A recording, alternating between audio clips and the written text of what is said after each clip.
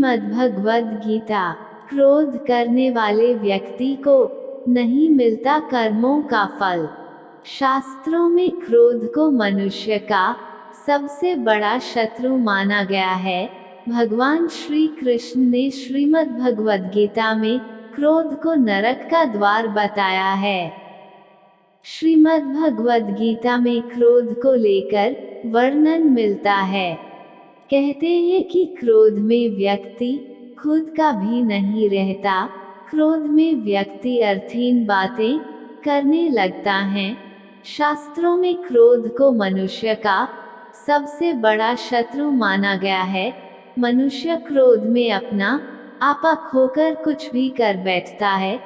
क्रोध और आंधी को एक समान बताया गया है। दोनों के शांत होने पर ही पता चलता है कि नुकसान कितना हुआ है।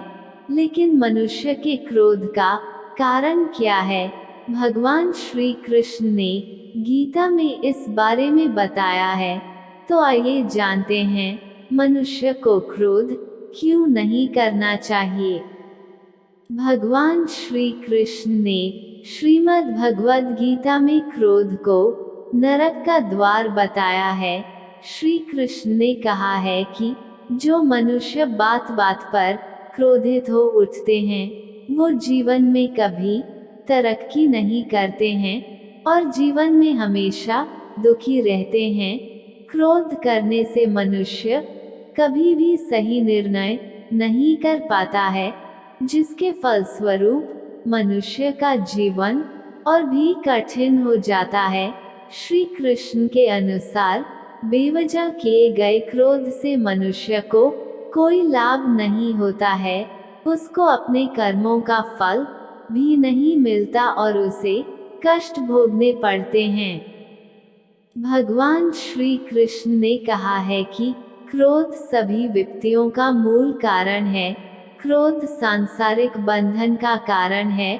भगवान श्री कृष्ण ने क्रोध को धर्म का नाश करने वाला बताया है। इसलिए मनुष्य को क्रोध का त्याग कर देना चाहिए।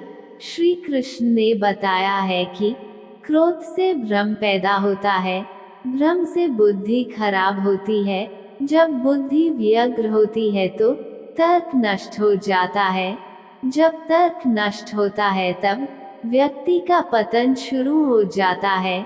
श्री कृष्ण ने भगवद गीता में क्रोध के कारण के साथ ही इसका निवारण भी बताया है।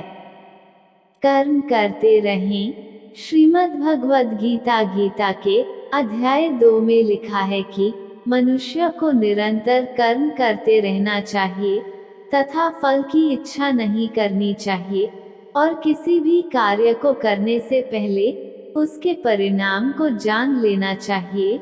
मनुष्य को संयम के साथ कार्य करना चाहिए तथा नित्य नियम से भगवान की भक्ति करनी चाहिए और हमेशा धर्म के मार्ग पर चलना चाहिए।